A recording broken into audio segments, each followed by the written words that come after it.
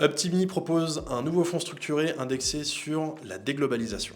Mais avant de t'expliquer les mécanismes de ce fonds, déjà c'est quoi la déglobalisation? Je te fais un petit bout d'histoire. Dans les années 90, on a vécu la mondialisation avec une immense production en Chine, énormément d'échanges internationaux. Clairement, le monde a accéléré ces échanges de marchandises entre tous les pays. Mais depuis, le contexte a beaucoup évolué. Déjà, la Chine est en conflit économique avec les États-Unis. On a évidemment la guerre en Ukraine. On a aussi le renforcement des BRICS. Pour ceux qui ne le savent pas, les BRICS, c'est le Brésil, la Russie, l'Inde, la Chine et l'Afrique du Sud. On a une potentielle arrivée de Trump au pouvoir, qui a généralement une politique un peu America First. Et donc la conséquence de tout ce contexte, c'est que les barrières douanières commencent à se resserrer. Donc ça veut simplement dire que c'est de plus en plus difficile et rentable d'exporter dans des pays qui ne sont pas forcément coopératifs. Donc la conséquence derrière, ça va être que y a beaucoup de secteurs qui vont ralentir. Donc finalement, la déglobalisation, c'est un peu l'inverse de la mondialisation. Pour autant, certains secteurs et même sous-secteurs profitent déjà de cette déglobalisation, et on en compte 5. On va retrouver les semi-conducteurs, donc tout ce qui va être processeur dans les appareils électroniques. On va retrouver l'électrification, l'automatisation, les matières premières stratégiques et la défense. Donc le principe de ce fonds, c'est qu'on a choisi les 10 meilleures entreprises de ces 5 secteurs pour créer notre fonds. Et on va retrouver des entreprises dans le secteur des semi-conducteurs comme Advanced Micro Device aux États-Unis, Monolithic Power System qui est également aux États-Unis. Dans la défense, on va retrouver ici Rheinmetall en Allemagne et Thales en France. Pour les matières premières stratégiques, 2 entreprises américaines, Freeport-McMoRan et Albemarle Corp. Pour l'électrification, on va retrouver Schneider et Legrand, 2 entreprises françaises. Et pour ce qui est de l'automatisation, l'entreprise américaine Rockwell Automation et l'entreprise française Dassault. Pour les éléments importants, on va être sur un rendement de 10% qui vont être annualisés et payés à la sortie du produit. Cet investissement, il a une durée de 1 an jusqu'à 10 ans. Pour l'indice de risque, on va être sur du 5 sur 7. Mais pour ce fonds, on va avoir 3 bons points.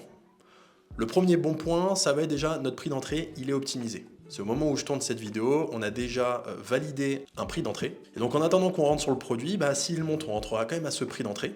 Donc on sera déjà en profit. Mais s'il est amené à descendre, on rentrera plus bas. Et c'est très important de comprendre ce mécanisme parce que c'est ce qui va grandement faciliter la sortie sur ce produit. Le deuxième bon point, c'est que notre capital est protégé jusqu'à 50%. Donc c'est-à-dire que 100% de notre capital est garanti tant que le fonds ne perd pas plus de 49%. Et le troisième bon point, c'est que ce fonds, c'est un indice qui repose sur plusieurs entreprises, qui est déjà dans plusieurs secteurs. Donc qui dit diversification, dit moins de risques. Maintenant, place au schéma pour bien comprendre comment les mécanismes de ce fonds fonctionnent. Donc on retrouve notre schéma, à l'horizontale, on va retrouver notre échelle de temps en trimestre avec l'année 1, l'année 2. À la verticale, on va retrouver le niveau de notre indice. Comme je l'ai expliqué, alors on a mis 100% parce que on ne connaît pas encore notre prix définitif. Comme je l'ai dit, si on monte, on rentrera au prix auquel on a validé. Si on descend, on rentrera plus bas. Mais les 100%, c'est notre prix d'entrée. Pendant la première année, il ne va pas se passer grand-chose. À partir de la première année, on va pouvoir sortir du produit si on est au-dessus de notre prix d'entrée, donc les fameux 100%.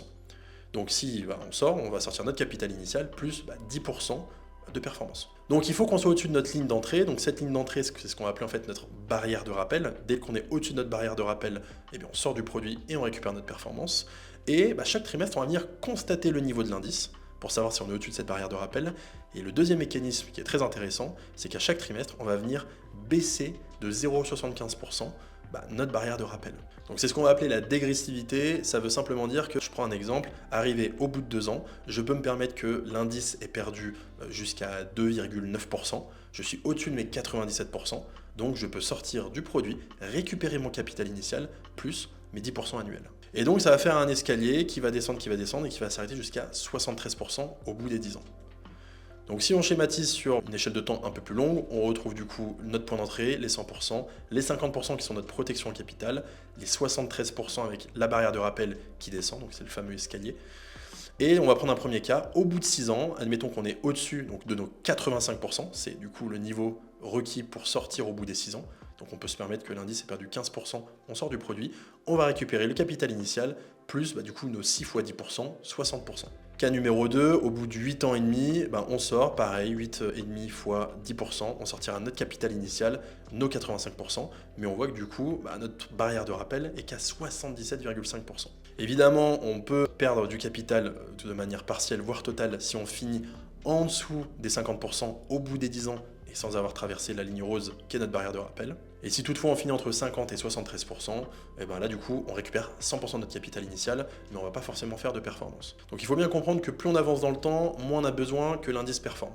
Et donc pour synthétiser, un cas défavorable, comme j'ai dit, on finit en dessous des 50%, eh bien on perd du capital. Le cas médian, ça va être qu'on finisse entre 50 et 73%, là on va récupérer 100% de notre capital initial. Et le cas favorable, qui est d'ailleurs le plus probable, c'est pour ça qu'on crée nos fonds de cette manière-là, c'est que dès la première année, on soit juste au-dessus de notre point d'entrée et on puisse récupérer notre capital initial plus nos 10% annuels. Pour mieux comprendre les risques et les caractéristiques du produit, je vous invite à vous rapprocher de votre conseiller pour discuter de vos objectifs d'investissement, de vos projets et que ça soit en parfaite adéquation avec votre profil d'investisseur.